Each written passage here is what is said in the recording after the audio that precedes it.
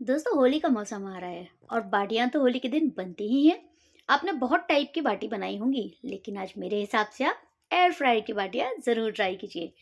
तो इसके लिए सबसे पहले लेंगे एक बर्तन और उसमें हमें डालना है 3 कप गेहूं का आटा। मैं 3 लोगों के लिए ये रेसिपी बना रही हूँ, इसलिए मैं 3 कप गेहूं का आटा यूज कर रही हूँ। आप अपने मेजरमेंट के हिसाब से आटा यूज कर सकते हैं। साथ ही दोस्तों हमें इसमें डालना है आधा चम्मच नमक। नमक मैं आधा चम्मच डाल रही हूँ, आप चाहें तो अपनी क्वांटिटी के हिसाब से भी ऐड कर सकते हैं। साथ ही हमें इसमें डालना है 1/4 टीस्पून बेकिंग सोडा। जी हाँ, बेकिंग सोडा डाले बिना तो पार्टी कंप्लीट हो ही नहीं सकती, क्योंकि जो सॉफ्टनेस और जो क्रिस्पीनेस इसमें आने वाली है वो बेकिंग सोडा से ही आएगी। तो हम यहाँ जस्ट 1/4 टीस्पून बेकिंग सोडा ही यूज़ करेंगे, इससे ज़्यादा की कोई ज़रूरत ही नहीं है। अब सबसे ज़्यादा सीक्रेट इंग्रेडिएंट जो कि है देसी घी। बिना मोइन के बाटी बनती नहीं है, और जो आज बाटी बनाने वाले हैं उसमें हम देसी घी का मोइन लगाने वाले हैं। देसी घी क्या करता है दोस्तों, बाटियों को ऊपर से क्रिस्प और अंदर से सॉफ्ट रखता है। साथ ही जब आप देसी घी का मोइन लगाएंगे तो आपकी बाटियों में एक बहुत ही खूबसूरत सा टेस्ट आएगा। तो हमने 1/4 कटोरी घी इसमें डाल दिया है और इसको बढ़िया से रब करते हुए हमें मिक्स करना है। मोयन जो है दोस्तों उसको बड़े अच्छे से आटे में मल मल के हमें लगाना है, क्योंकि अगर आटे में अच्छे से मोयन नहीं लगाएंगे तो जो खस्तापन बाटी में आना चाहिए वो नहीं आएगा, और बाटियां खाने में भी बहुत अच्छी नहीं बनेंगी। तो देखिए किस तरह से रब करते हुए मैं पूरे आटे में मोयन लगा रही हूँ। आप चाहें तो दोनों हाथों का इस्तेमाल भी कर सकते हैं, पर आटा कम है इसलिए मैं एक हाथ से ही मोयन लगा रही हूँ। तो देखिए मोयन बड़े अच्छे से आटे में लग चुका है। अब हम इसकी मुट्ठी बांध के एक बार देखेंगे। मुट्ठी हमारी बहुत टाइट भी नहीं चाहिए और बहुत लूज भी नहीं चाहिए। जस्ट मुट्ठी थोड़ी सी बंधने लगे इतना ही मून हमें इसमें लगाना है। तो चलिए देखते हैं कि हमारी मुट्ठी अच्छे से बनती है कि नहीं। तो देखिए दोस्तों, मुट्ठी हमने बांध के देखी है, मुट्ठी बन रही है और बहुत फर्म भी नहीं बन रही। हमें इतनी ही मोन इसमें लगानी थी। देखिए मुट्ठी बढ़िया से बन भी रही है। तो इतना ही मोन हमें इसमें लगाना है।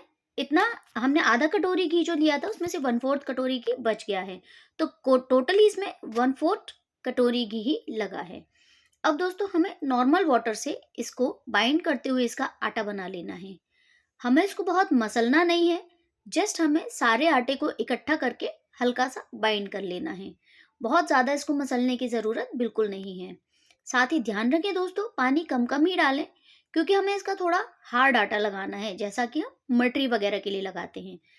अगर ज़्यादा सॉफ्ट हो गया आटा तो फिर बाटियों में क्रिस्पीनेस बिल्कुल नहीं आएगी, जो बाटियां खाने में बिल्कुल मज़ा नहीं आएगा।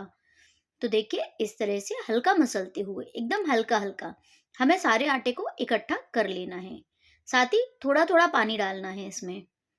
तो देखिए आटा हल्का हल्का बनने लगा है, थोड़ा थोड़ा पानी डालेंगे और इसका बढ़िया से आटा बना लेंगे। देखिए थोड़ा थोड़ा आटा बनने लगा है, इसको हम साइड में कर देंगे। और जो बचा हुआ आटा है हल्का सा पानी डाल के इसका भी हम आटा बना लेंगे।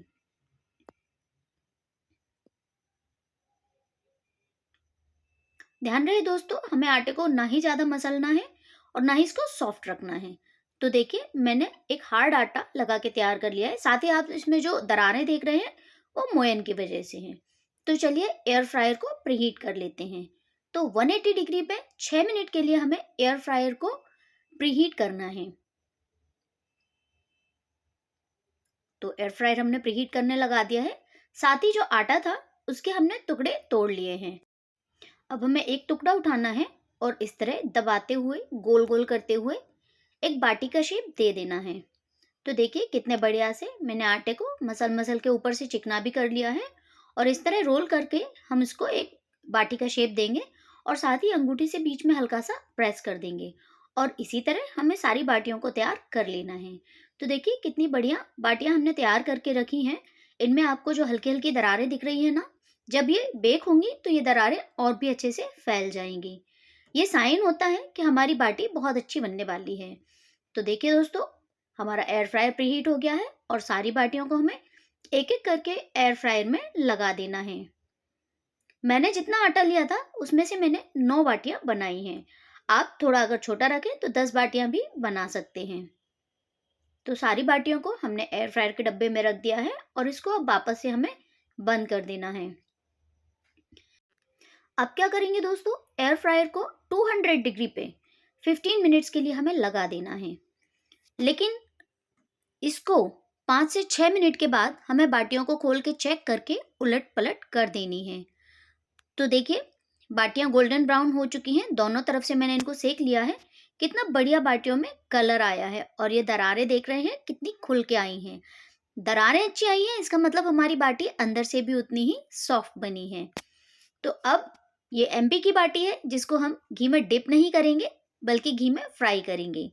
तो एक कढ़ाई में हमने घी लिया है और उसको हल्का सा गरम कर लिया है। इसको हमने मीडियम फ्लेम पे ही रखना है। देखिए, बाटी दबाते ही फैलने लगी है, इसका मतलब ये है कि बाटी बहुत ही क्रिस्पी और सॉफ्ट बनी है अंदर से। तो बाटियों को हमें उलटते पलटते हुए हल्का सा गोल्डन होने तक फ्राई कर लेना है। दोस्तों, जनरली जो राजस्थानी बाटी होती है उसको ज़्यादा सेक लेते हैं और ऐसे ही घी में डिप करके परोसते हैं, लेकिन ये एमपी की बाटी है, इसको हम थोड़ा सा घी में फ्राई करके देंगे। इसका अपना एक अलग ही टेस्ट होता है, जो ऊपर से क्रिस्पी और अंदर से सॉफ्ट होता है। ये बाटी देखने में जितनी सुंदर है ना, खाने में उससे भी कहीं ज़्यादा लाजवाब है। तो देखिए, बाटी गुलाबी सी गोल्डन सी हो गई है। अब हमें इस बाटी को एक प्लेट में निकाल लेना है और सारी बाटियों को इसी तरह से तल लेना है।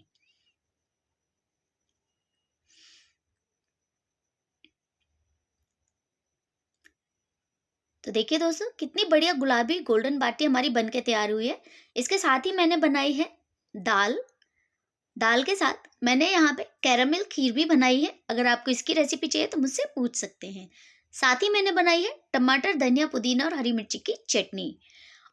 रेसिपी अच्छी लगी हो दोस्तों तो लाइक, कमेंट, शेयर, सब्सक्राइब करना बिल्कुल ना